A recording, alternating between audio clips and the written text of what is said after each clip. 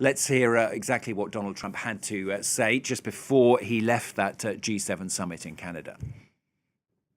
I have to be back. Very important. I want to just thank our great host. Fantastic job. Thank you in Canada.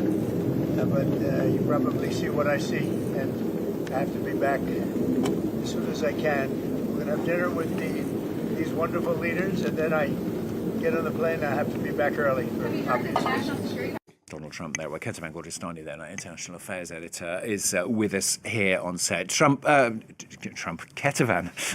tell us what the latest is on Donald Trump there and what he had to say, and also this joint statement that's now been issued by the summit. Well, first of all, after he had left, the French President Emmanuel Macron seemed to indicate that Donald Trump was going back to Washington to sort of try to come up with a ceasefire proposal between Israel and Iran. He said that to reporters, and just as he was getting on the plane, Donald Trump responded on Truth Social with some not very kind words for the French president, saying that he was publicity seeking and had mistakenly said that there was this work on a ceasefire. He has no idea what I am now on my way to Washington for, but it certainly has nothing to do with a ceasefire, adding it will be much bigger than that without giving any more information. There is some reporting that Donald Trump will be meeting with his whole national security team in the Situation Room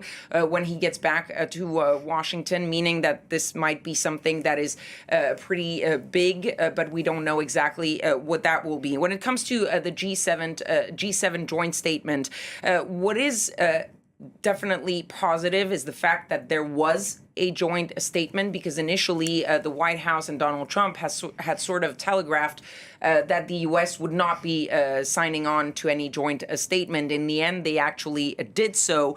But once you look at sort of the contents of that statement, it is pretty generic, a call for de-escalation at a time of rising conflicts.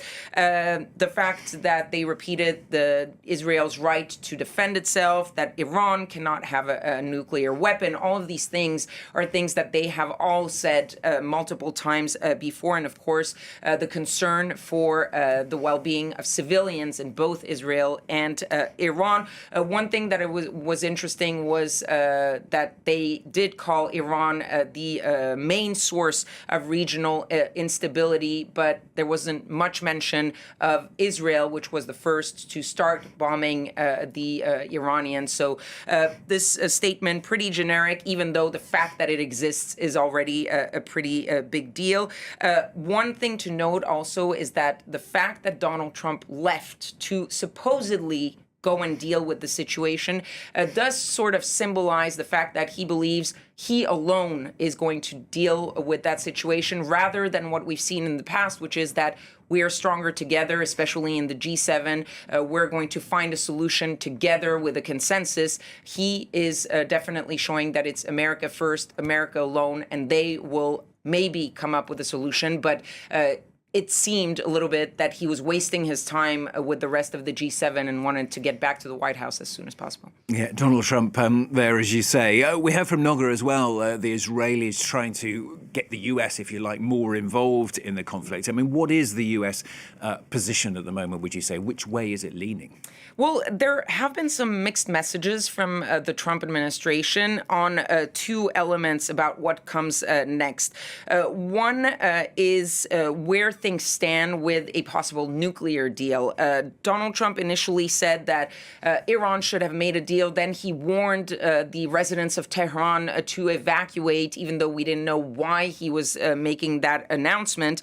But then he also suggested that a nuclear deal could still be done, and he is still considering, he just repeated that to reporters on Air Force One, that he's still considering sending either Steve Witkoff, his advisor, or the vice president, J.D. Vance, to meet with Iranian officials to continue those talks, even though that has yet to be confirmed. But it shows that he believes maybe that given the situation, Iran might be sort of forced into a possible deal because of the Israeli strikes. Then there's some mixed messaging on the question of U.S. involvement.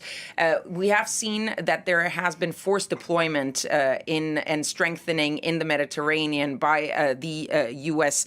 Forces, but the U.S. is insisting that that's defensive. The Secretary of Defense, Pete Hegseth, said, "We are postured defensively in the region to be strong in pursuit of a peace deal." So far, they're insisting they're not getting involved. And Donald Trump was asked several times while he was at the G7 what would trigger the United States getting involved, and he refused to answer that question. There are two signs that he does not want to get involved or does not want to be dragged into a bigger war. One was that reported veto on the killing of the Iranian supreme leader. And the other issue that shows that he doesn't yet want to get involved is the fact that the U.S. is holding back that gigantic 30,000-pound bunker-busting bomb and the aircraft that could carry that. They're not so far giving that to the Israelis. That would be what Israel would need in order to reach the deepest nuclear facilities in Iran. And that is in part because you have around Donald Trump people who disagree on what comes next with Iran. You have the hawkish wing that wants to help Israel actually finish the job in Iran. And you have the more MAGA wing that has campaigned all of those months and years on no forever wars, no involvement anywhere, especially not in the Middle East. This is not our problem, is their motto, if you will. And so Donald Trump is sort of back and forth on that issue. But I guess we'll see maybe later on today what happens once he's back in the White House.